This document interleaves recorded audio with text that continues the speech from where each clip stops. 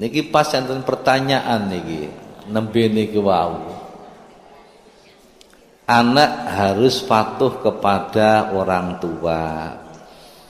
Tetapi orang tuanya keduanya sudah meninggal, bagaimana caranya birrul walidain? Iki enten pertanyaan nembe niku wau. Anak kudu taat wong tuwa, kudu birrul walidain. Bagaimana kalau orang tua sudah meninggal? Para ibu, Kanjeng Nabi dawuh sapa wonge diparingi bondo banjur birrul walidain nganggo bandane. Wong iku besok tak cekeli tangane mlebu swarga bareng. Diparingi bondo birrul walidain maring wong tuane. Nuwun sewu, rumiyin nate kula terangaken teng panjenengan. Umpamane panjenengan niki gadah usaha, gadah toko pertanian nggih. Niki wong tuane sampean bagai mbuh pirang persen, mbuh pirang persen. Pengen bagai nggih, wong tuane diparingi, diaturi nggih. Cara Jawa niku nek ning wong dhuwure ngaturi. Nek wong dhuwur ning ngisor maringi. Aja diwalik. Anu kok yai bapak kula pun kula paringi. Wah niku arek. Arek gak diduga. Nek ning wong tuane ngaturi. Nek wong tuwa ning gone anak maringi. Nek murid ning gone guru hadiah. Nek guru ning gone murid sedekah. Terus nek saking dhuwur mengisor jenenge maringi. Nek saka ngisor mendhuwur jenenge ngaturi. Para ibu, pamane jenengan gadah usaha nggih. Yang sepuhe diaturi mbuh tiap bulan pira-pira nggih. Niku penggaweane usahane barokah nggih. Barokah insyaallah diparingi gampang kali Allah Subhanahu wa taala. Dawuh Kanjeng Nabi, wong sing gelem ngapiki wong tuane nganggo bandane besok tak cekel tangane mlebu swarga bareng. Dene bondoran duwe nggih. Ya patuh nyenengno atine wong tuwa, tunduk napa sing dadi perintahe wong tuwa, asal ora dikongkon maksiat. Nek maksiat mboten pareng. Lah tiange sampun sedo nggih sedekah. Sedekah diniati kanggo tiyang sepahipun. Misale kados niki enten tahlil akbar. Jenengan sedekah enten pernama 5.000 pengen niati sedekah kanggo tiyang sepuh ingkang sampun sumare. Enten tiyang bu zaman biyen jenenge Soleh Al-Muri. Soleh Al-Muri niku ziarah kubur. Soleh Al-Muri niku daleme kalian masjid niku kegangan kuburan.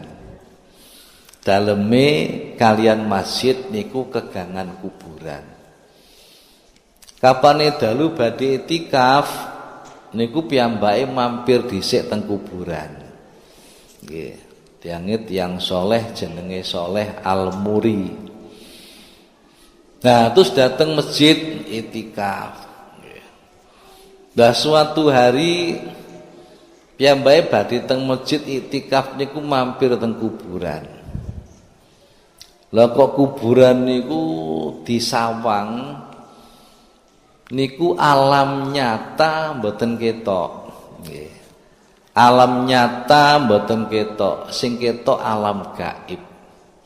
Alam gaib. Alam nyata patok-patok nggih wit-wit sembujo nek cara mriki niki mboten ketingal.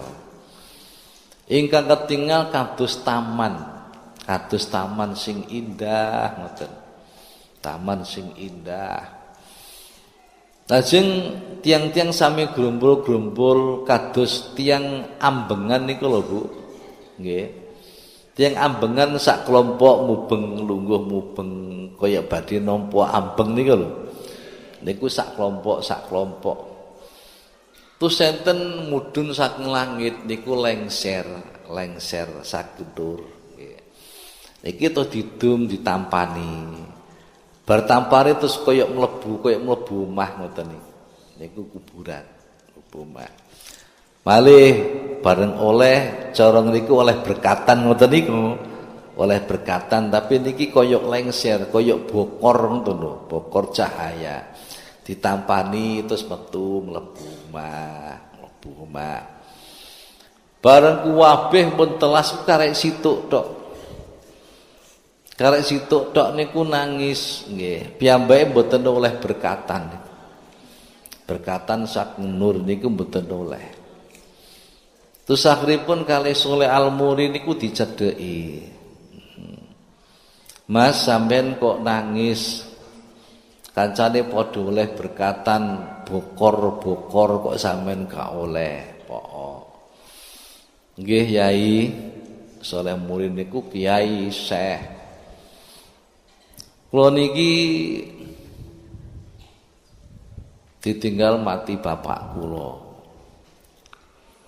Terus ibu kula niku kawin malih. Nalika ibu kula dereng kawin malih niki ibu kula niku eling kalih kula. Dadi saben-saben dina Jumat niku ibu kula ku kirim sedekah. Kirim sedekah diniati kangge kula. Niku penting kuburan niki. Nggih. Dadi kula nggih angsa kiriman kados tiang-tiang niku. Lah saniki ibu kula niku kawin malih pun kesengsem kalih bojone lali kalih kula. Ya ngono ya Bu ya. Kesengsem kalih bojone lali kalih kula. Nggih. Nah niki mboten nate Ibu kirim-kirim teng kula mboten nate kirim-kirim sedekah diniati kami kula mboten nate. Dadi sakniki nggih ngoten mboten nate oleh kiriman. Kabeh-kabeh oleh kiriman kula mboten oleh kiriman. Kula nyuwun tulung ibu kula panjenengan bijani pengen dawuhi. Nek ibu kula mboten percaya sampean dawuh ngeten nggih. Kelambi kula niku sik enten. Ngoten lho Bu. Wong mati teng alam barzah niku suasana situasi teng griya niku sik sumerep nggih. Sik sumerep. Mulane kapane pas wayahe sambang ngoten niku nek di malam Jumat kok wong omah kok yasinan maca Quran niku bunga ngoten. Atik mulih atik judi. Atik ndelok TV ya gak ge ngaji gak apa omah niku susah.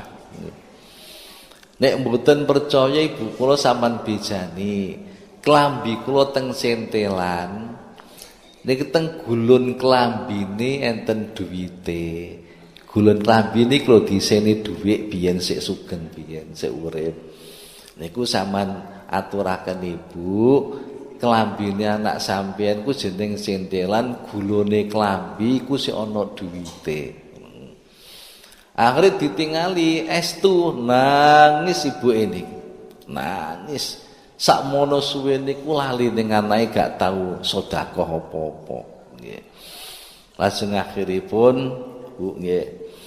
Terus ibuke ngelungi dhuwit teng Pak Soleh niku, Soleh Muri. Mun niki kula aturi dhuwit sementen nggih, dirham. Niki sampean bagi-bagi tiyang fakir miskin kula niati kangge anak kula. Nggih. Terus bijinge malih niku nggih Jumat malih soleh murid teng kuburan malih. Pagi arek niku malih, bareng pagi arek niku mun oleh kiriman kaya kancane. Ngoten lho Bu niki nggih. Terus kula jenengan nggih latihan birrul waliden sing tiyang sepuh sampun boten wonten. Niki jenengan misale kirim pinten 2 arwah niki mengki 100.000 nggih. Mboten ilang niku mengki kangge biaya rejepan. Insyaallah nek rejepan pun cukup niki kangge biayane damel pondok dadi jariyah jenengan, dadi jariyah tiyang sepanjenengan.